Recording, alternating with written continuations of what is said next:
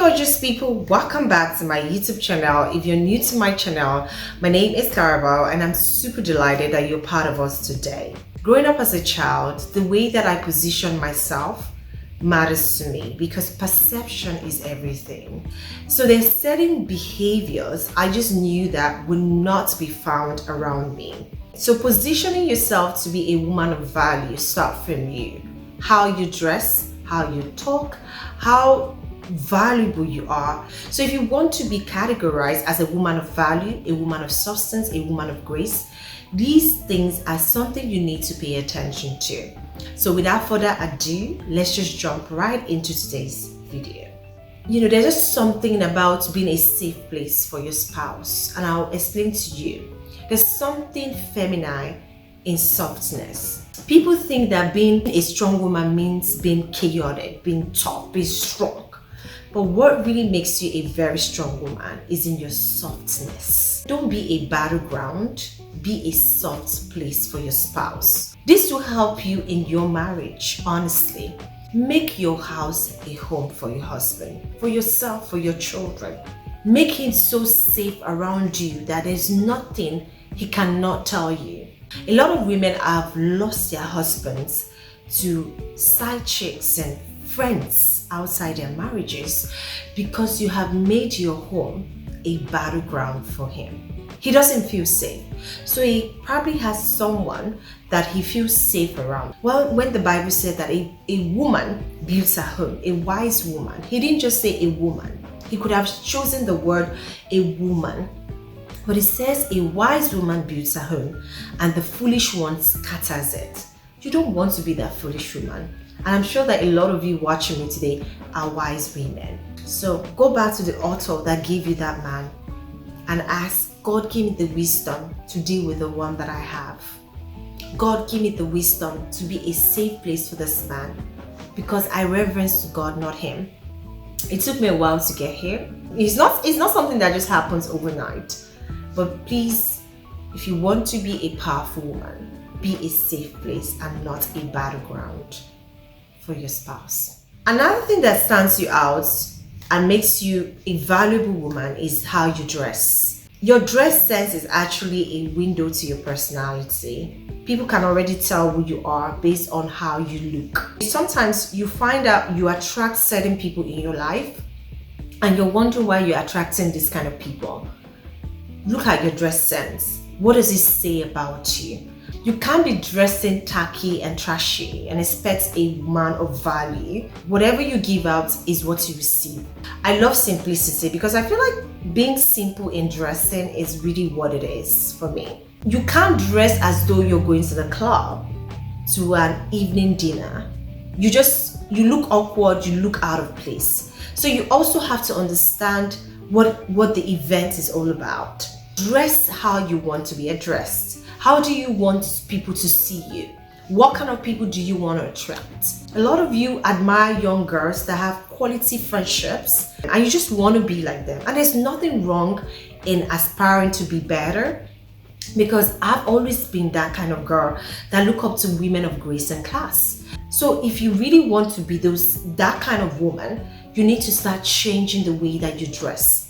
You don't have to spend so much to stand out. There's class in simplicity. So ask yourself, how do I want people to perceive me? How do I want to show up to the world? What kind of people do I want to attract in my life? What kind of friends do I want to attract in my life? If you're going to the club, dress like you're going to the club. Dress sexy because it's a club time. If you're going to church, dress as though you're going to church. I mean, it's inappropriate to go to church and all your boobs are just out there. It makes you look a certain way because you're out of place. If you're going to an evening gathering, a dinner, a classy dinner gathering, dress simple, classy with your nice heels and just look beautiful. So if you're dressing right now, look yourself in the mirror. If you were that person, would I be attracted to you? That's one thing you should ask yourself whenever you see yourself in the mirror. If you want to stand out and be a woman of value, make sure that you dress how you want to be addressed. The next one is let go of your trauma. Carrying that trauma has nothing to do with your life. Your past should be in the past. Those relationships that did not work out for you because they were never meant for you. Tell yourself it ends today. My trauma ends today. Because those traumas are the things stopping you from actually progressing in life. When I hear women talking about how bad men are, I know that they have not healed. A lot of you even project your bitterness, and all you do online is to tell women marriage is not an achievement. This is not this. Who told you marriage is not an achievement? One of the biggest blessings that I have in life today is being married. It's a place of honor. Now, marrying well, marrying to a good person, there's a difference. You project your bitterness to these young people, instilling fear in them, telling them that marriage is not an achievement. The fact that it didn't work out for you doesn't mean that is the end of your life. It is not the end of your life, except you want to make it the end of your life. So let go of that trauma because it is really affecting you. It shows when you go on dates. It shows wherever you go. Love is a beautiful thing.